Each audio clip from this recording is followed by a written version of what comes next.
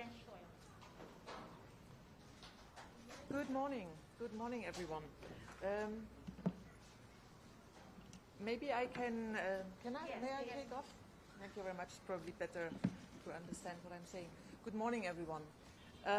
Maybe I can give you a short summary of the meeting, of the bilateral meeting and exchange I just had with President-elect Marcos. We exchanged about the ongoing bilateral cooperation and the cooperation in the international frame, in the multilateral formats, and explored and discussed potential for furthering cooperation in bilateral mutual interest, but also to address global challenges like climate change.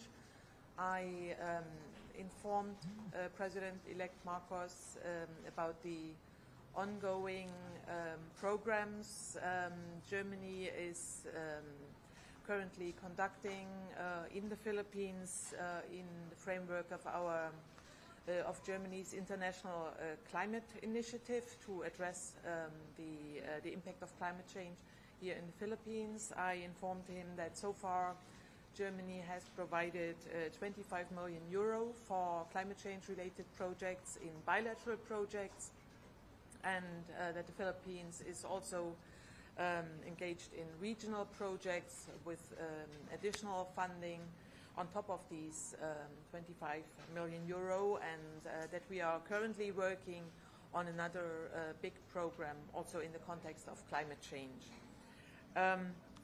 We also exchanged about the priority of President-elect Marcos with regard to food security, and I informed him about the upcoming international ministerial conference on global food security. This also against the background of the impact of the Russian war against Ukraine with regard to the global food security and the challenges on global food security.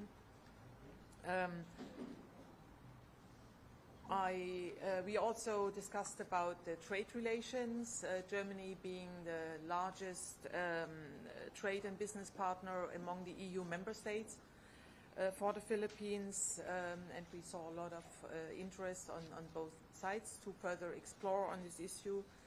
Specifically mentioned,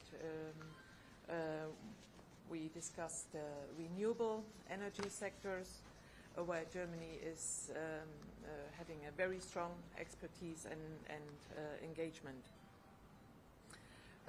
I also underlined the importance Germany attaches to rule of law and safeguarding human rights, and assured him of our continued commitment in this regard. In this context, I also mentioned the German support, contribution and funding of the United Nations Joint Program on Human Rights here in the Philippines. We discussed, and I informed President-elect Marcos on Germany's Indo-Pacific policy guidelines that provide a huge pool of opportunities to cooperate in bilateral, regional and international issues and challenges, and assured him of Germany's commitment to further engage in the region in our common interest to protect the international rules-based order, which also comprises cooperation in the area of maritime security. In this regard, I brought to his attention our cooperation with the Philippine Coast Guard. And last but not least, I updated President-elect Marcos on the most recent bilateral agreement representatives of the German and the Philippine government signed in Berlin just last Friday, an MOU on the deployment of Philippine healthcare workers to Germany. And I think this is a brief summary of very fruitful discussion and exchange we had. Thank you. Ambassador, a question. What commitments did the President-elect give you with regard to maritime security and human rights? We exchanged and we explored this in our joint interest, our common interest in protecting the international rules-based order and the rule of law that needs to apply also in the maritime sector. We didn't go into detail, but realized and underlined that we have a common interest to continue cooperation in this field. Ambassador, the Duterte government previously asked European nations to cut funding to activist groups. One of the biggest partners of activist groups is Germany. Did you discuss that with President-elect Marcos if your nation will continue funding these organizations? Sorry, I don't quite understand when you say activist group. Activist groups, what do you mean? Yeah, the activists, the progressive groups, they get their funding from European nations, including Germany, and the Duterte government asked the European nations before to cut funding. Did you discuss that at all in aligned to the commitment to human rights?